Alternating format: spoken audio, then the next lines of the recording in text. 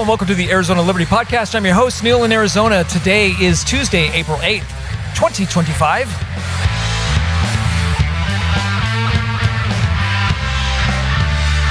Now, here at the Arizona Liberty Podcast, our mission is simple. Deliver some of the most god-awful news you could ever get your hands on, followed immediately by tyrannically leading reports from your local, freedom-oriented, conservative legislators. Why don't we hold a protest meeting in the school auditorium?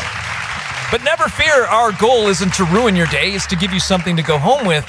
And we've got plenty in store tonight. We'll be talking about Bass Pro Tank baptisms, Congresswoman Crockett and her cotton commentary, a questionable wall decor in a NATO admiral's office, property rights in Arizona, and a little tale you can tell your kids before you go to bed. If you want to wake up questioning everything. So stay tuned. Don't go away. Don't click like. Don't click surprise. Just come back as needed.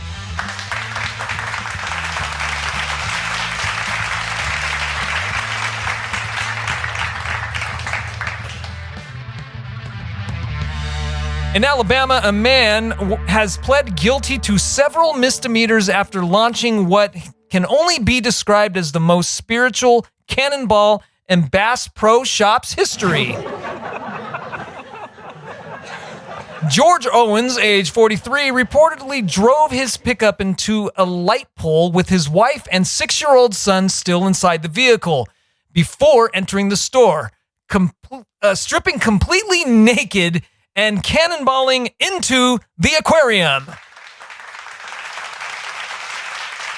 Police say Owens began shouting obscenities at customers and officers before being pulled out of the tank, at which point he decided the best defense was kicking one of the officers square in the testicles. A bold strategy, I must say. His wife told authorities she believed he was having a mental episode. Even I can't argue with that. While Owens later clarified that he had, quote, taken a lot of drugs he found in his garage. As if, moron. Because that's where you keep the good stuff, naturally. When asked why he did it, Owens declined to elaborate, stating, if I tell you guys, you'll put me in the loony house.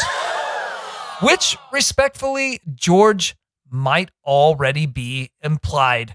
He later cited religious reasons for the naked frolic, though which denomination endorses aquatic streaking in front of Bass Pro Shops and startled tourists remains to be unclear.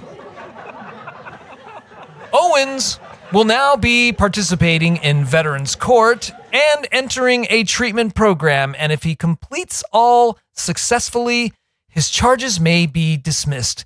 Just another reminder that in America, anything can be forgiven, even if skinny dipping in sporting goods stores, and if you blame it on divine inspiration and garage drugs.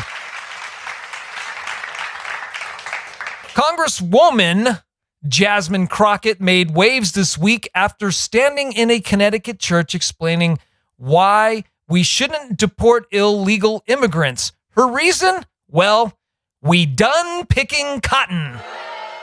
Yes, that was the actual quote. Because apparently in 2025, that's the metaphor we're still running with. So I had to go around the country and educate people about what immigrants do for this country, or the fact that we are a country of immigrants. Right. The fact is, ain't none of y'all trying to go and farm right now. Okay, so I'm lying. Raise your hands. Apparently people are puzzled. You're not. We done picking cotton. Ask killer. We are. You can't pay us enough to find a plantation. I know that's right. You remind me of a wind-up toy. All right.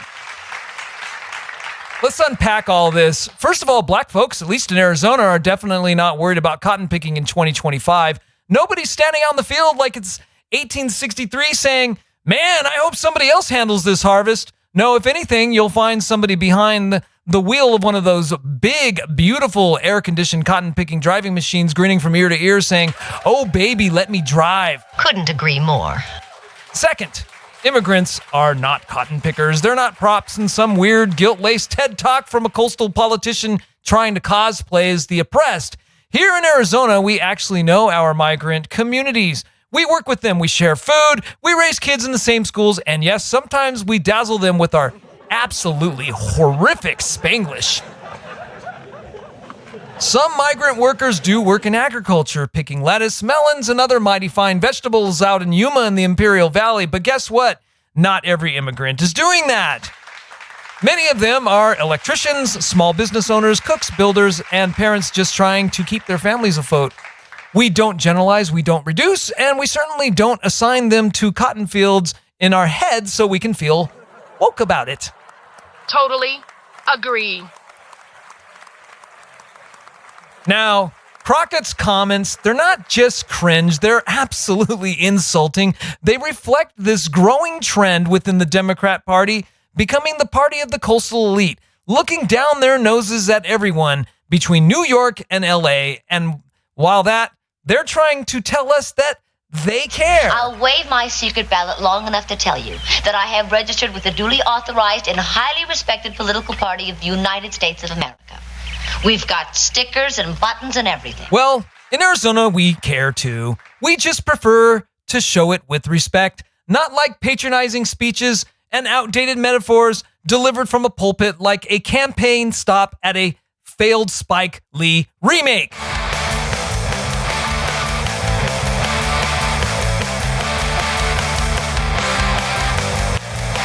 And this is why we listen to you.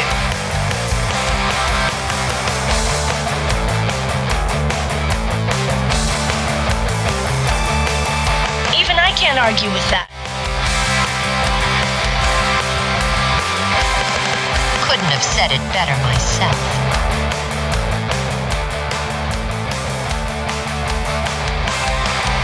I demand an investigation.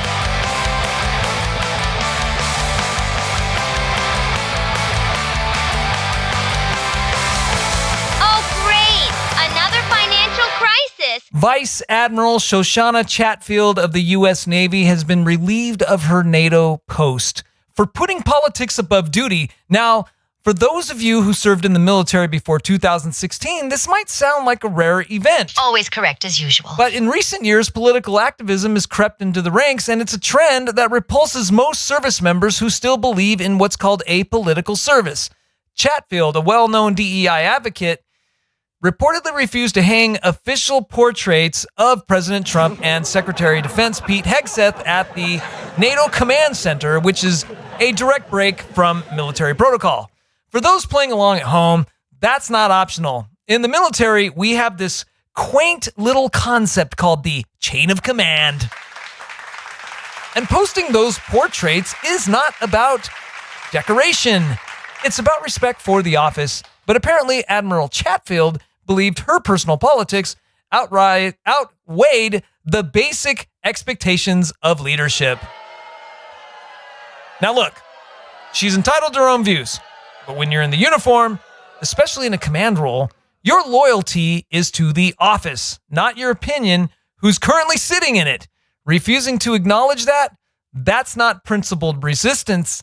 That's insubordination with a LinkedIn profile. All right, Neil, let's break this down real quick. Now, I've never served in the military, but I have spent enough time working to know one thing. You leave your personal opinions in the parking lot. Whether your boss is the commander-in-chief or the shift lead at a sketchy Wendy's on Highland Avenue, your activism takes a timeout when you clock in. Now, here's my theory on why some folks just got to inject their politics into everything. Nobody's probably listening to them at home, so they come to work, try and run a TED Talk in uniform, hoping someone will clap. Makes you wonder if what they're yammering about is even worth talking about. Now, don't get me wrong. I'm all for women's rights. The right to choose, the right to hustle, the right to do whatever they got to do to survive. But hanging portraits on the wall of your superiors, that ain't oppression. That's protocol. That's day one. Boots on the ground. Don't make a scene type of respect. Honestly, she could have been hanging the whole family of garbage pail kids for all I care. You do the job, hang the faces, and keep it moving. Cause here's the thing, in 3.5 years, those pictures are coming down anyway. And she probably won't even be there to see it happen. But instead, she wanted to take some pointless stand. Wrong time, wrong uniform, wrong wall. Reporting live from the Del Rosa Bowling Alley payphone. This is your humble servant, the OG from San Bernardino.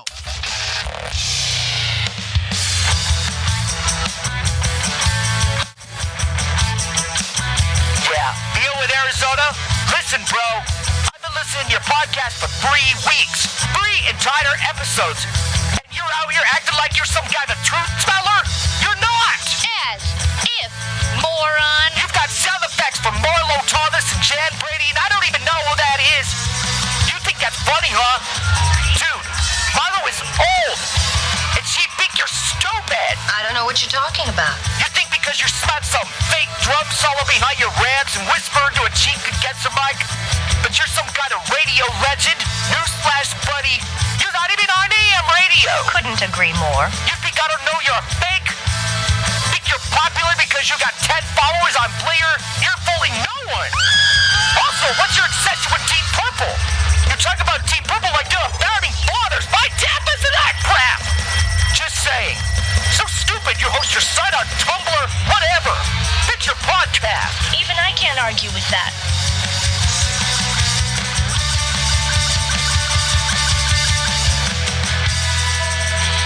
Most Arizonans go about their daily lives with no idea just how manipulative our legislation can be. They assume the system works for them, that it's fair, transparent, accountable. But the truth is, many of the bills that pass through our state legislature are written to keep people in the dark, remove their power, and shift control to those who already have it: developers, lobbyists, bureaucrats. In this special presentation, we're going to look at just a few of those bills and show how behind the language of freedom and efficiency lies something far more calculated. Now, let me give you a little background here, because SB 1229 isn't showing up in a vacuum. There's more to this story, and I'm glad we're finally getting to it. This year alone, we've already seen 2 major bills: Senate Bill 1352 and its twin in the House, which is HB 2925. These were both designed to silence public opposition to rezoning decisions. These bills would have classified rezoning as quote-unquote administrative decision. What's the translation? You, the voter, would lose the right to challenge massive development projects with a referendum. Careful, you're about to start another rant. Think about this. Your town council greenlights a high-density mega complex next to your quiet street, and you can't even put it on the ballot. Now, thankfully, those bills, they stalled out. But the message was very clear. There is a push right now to strip away local control over voter oversight. Meanwhile, we talked about this at length. In Pinell County, we watched a whole different circus happen. The Board of Supervisors, they tried to draft some bizarre rural zoning ordinances. I said rural, like not rural, but rural zoning ordinances. And it was ridiculous nonsense. And these guys, Welfare conservative? these just look their names up. Okay, I'm not gonna name names, but just look their names up. Board of Supervisors for Pinell County. Just look them up. It's very easy to find. Even Google finds them.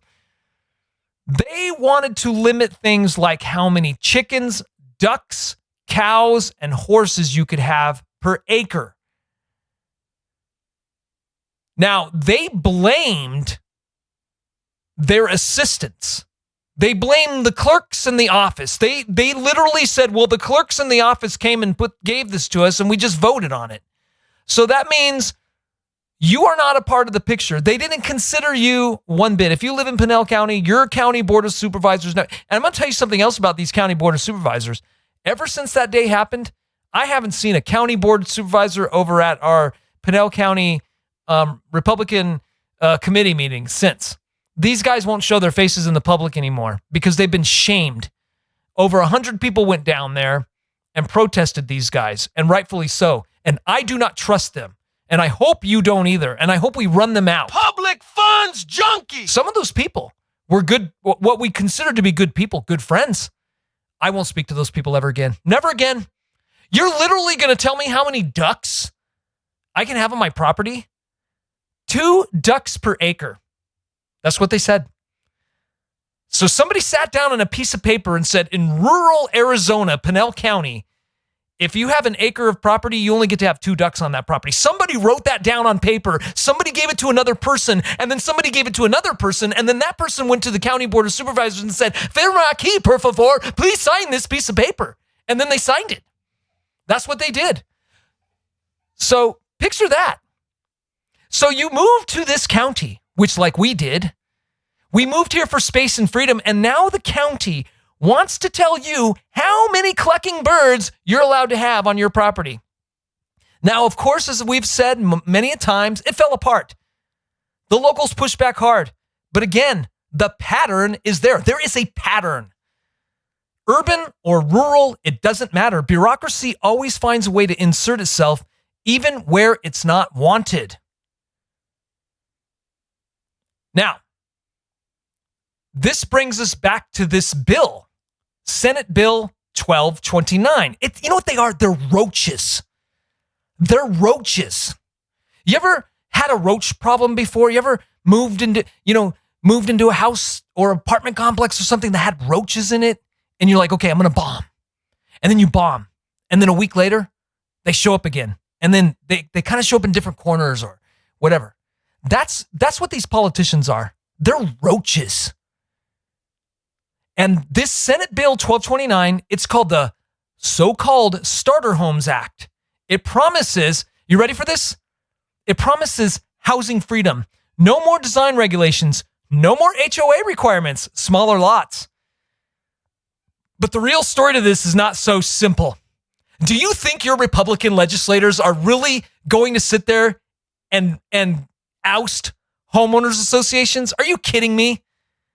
These Republicans are the biggest control freaks. You think the Democrats are bad. The Republicans are snakes. They're vipers. That's what they are. Don't talk to a Republican legislator. Do not speak to them. Turn your back on them. Show them the back of your head. They don't need to speak to you. Don't you remember when they ousted Liz Harris? Everybody's forgiven those people. You know, and you know what? I'm a Christian. I'm supposed to forgive. Okay, fine. You're forgiven. I ain't talking to you. I ain't speaking to you. I don't speak to rude people. I don't speak to people that yank the rug out from under you. And you shouldn't either. Have some self-respect. That's what I say. But what does this bill, this Senate bill actually say? Well, inside the bill, it's known as the Arizona Starter Homes Act. And that sounds so nice and wholesome. Ooh, a starter home must be a 1,200 square foot, 2-bedroom, 3-bathroom, stucco shed with a ceramic roof and chicken wire. Who wouldn't want an affordable home like that to live in? But let's break this down to what the bill really does in plain English. The cities can't tell you what your house should look like. The bill bans cities from requiring certain design elements on new homes. So, you're thinking to yourself, well, if I want a weird floor plan or a flat roof or no front porch, that's cool, right? It's my call. Cities can't make you build fences or install screening walls either. No more mandatory shared features. So the cities can't come in anymore and force new development to include the shared spaces like parks and pools if it means a homeowners association has to maintain them. So developers don't have to build common areas. And buyers don't have to join HOAs.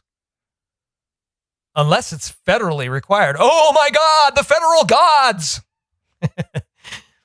Ridiculous. We're so hierarchical. Human beings. We always think that there's got to be somebody overseeing us. We always think there's got to be some head honcho there to kick me in the teeth, right? That's what we think. I need somebody. I can't do it on my own. I need a tooth kicker. So here we go. Smaller lots are allowed. Oh, you mean I'm allowed to have a smaller lot? Yes, sir, you can have a smaller lot. In fact, they are encouraged. The bill says it's encouraged.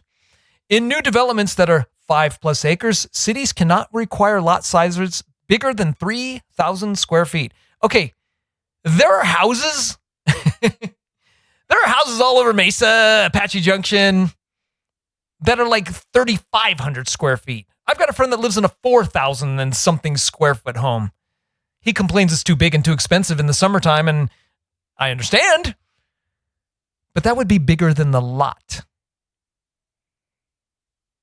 Do you see what they're starting to shape? And they don't want local ordinances to cover this. So on one hand, you can have a tiny little dwelling. But on the other hand, you're going to see sardine cans everywhere. Basically, this is going to create even denser neighborhoods, more homes closer together. There will be no minimum size for your home. Cities won't be able to set a minimum square footage for single-family homes. That's larger than what's required for apartments or townhomes. So if apartments can be 800 square feet, the house can too. So, I mean, it's just kind of like crazy. The cities can't control your setbacks. And these are things that are concerning for people, right? So for small lots under 10,000 square feet, a city can't require more than 5 feet from the sides and 10 feet from the front or the back, or 18 feet for a garage facing the street. There's no design or aesthetic rules, except for in the historic districts. The cities can't regulate architecture or home appearance. And that means no controls over the materials, the colors, symmetry, and etc. You've got exceptions and safety nets. The bill doesn't override fire codes, building codes, or health safety rules. The cities can still require developers to build roads, sewers, water hookups, etc. It only applies to cities that have over 70,000 people and excludes tribal land and military zones. So in a nutshell, the bill strips the cities of zoning tools and hands a lot of freedom to, ready for it, to the developers. It says, let people build what they want, where they want, and don't let the city get in the way. It sounds nice, but when you zoom out and you look at the big picture, it raises this question: who's really going to benefit from all this? Is it going to be the home buyer or the guy laying the foundation as fast and as cheap as possible? And you should think about this, right? Because you're saying to yourself, well, I don't want to have all this fencing laws and stuff like that. And so people like it that live in areas where I live in, and many people in Pinell County for that matter, we're going to be facing some issues here. A lot of people have built a lot of buildings around here that don't have proper permitting because it's just been loose, and they're starting to crack down because they want to kick everybody out. And that's why they wrote these laws, right? They or attempted to write these laws about like having, animals, because a lot of people in Pinell County, particularly the rural area, have a lot of animals. I've talked about this before. There's a guy down the street from me. I think he's got like a horse rescue because, every time I go running past his place, he's got a different horse out there. And he's got quite a few. Sometimes he has sometimes he has 6 horses. Sometimes he has 2 horses. I was out there today. There's just 2 horses. So, I mean, there's something going on. There's some stabling going on, some rescue or something. Can you imagine telling that guy? Because it's a 2-acre lot. Can you imagine just telling that guy, listen, you can only have 2 horses, or you can only have 4 horses on your 2-acre lot. You're going to have to get rid of a couple of them. What? And they wanted to make it retroactive back to July of last year. Yeah, these are your conservatives, okay? These are the conservatives. Oh, yeah, they're really conservative, aren't they? In a surprising development, Senate Bill 1229 is not being universally embraced among Arizona Republicans. The Maricopa County Republican Committee, or MCRC, has taken a formal stance opposing the bill. During its regularly scheduled monthly meeting, the MCRC's Executive Guidance Committee unanimously passed a resolution opposing the bill, which has now advanced to the House for a vote. The resolution urges all Republican precinct committeemen, along with voters, to contact their legislators and make their opposition clear. The MCRC's statement reads, "The EGC strongly encourages all precinct committeemen and voters to contact their legislators and express your opposition as well." This marks what appears to be a growing internal divide within the Arizona Republican Party between grassroots activists and the more developer-friendly legislators pushing housing deregulation under the banner of liberty. The implications of this intra-party conflict may have lasting effects on both state policy and upcoming primary contests.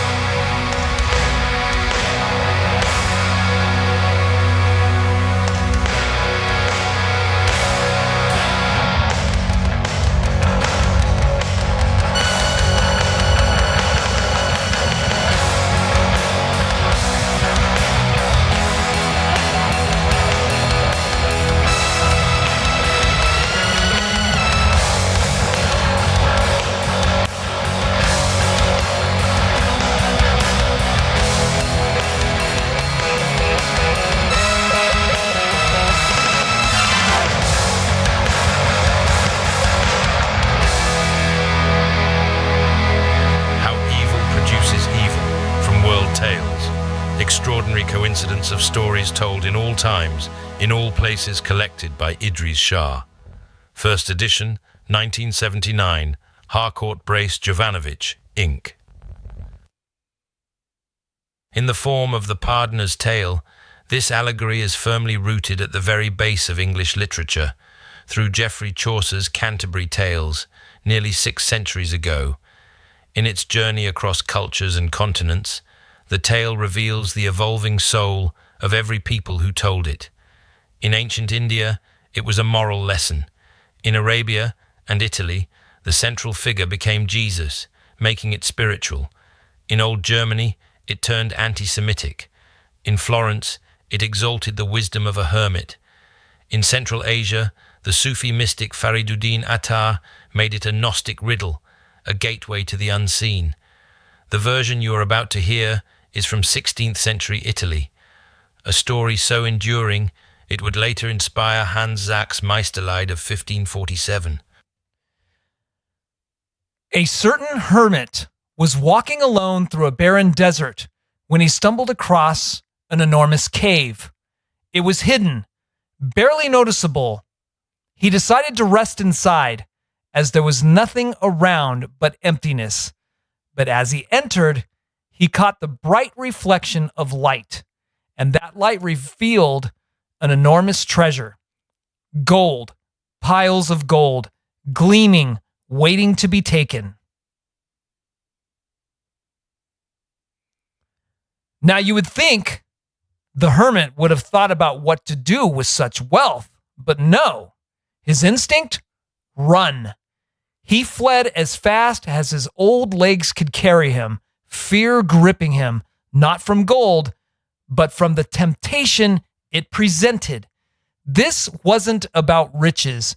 It was about something deeper.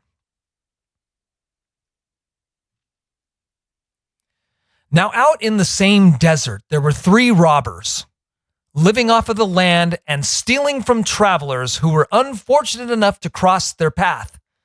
When they saw the hermit running, seemingly with nothing chasing him, they were puzzled.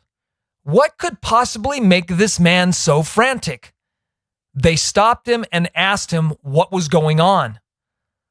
The hermit, in a panic, looked around and said, "I'm running from the devil himself. He's chasing me." The robbers, confused but intrigued, demanded to show that he show what was behind him. And so, with no choice, the hermit led them to the cave. He warned them, don't go near it, but they insisted. And when they reached it, the hermit pointed to the gold and said, "Here, this is what is chasing me." The robbers, thinking the hermit had lost his mind, laughed it off. They couldn't see anything dangerous, so they just let him go. But as you can guess, temptation was already creeping into their hearts. They could not resist. They decided one of them should go into town and get supplies, and maybe, just maybe, make a plan to take more for himself. But while one thief was gone, the others were thinking too. They decided that when he returned, they would kill him, take his share, and keep the gold for themselves. But here's where things really go wrong. When the first robber came back with food, the others struck him down. But they didn't know he had just poisoned the food.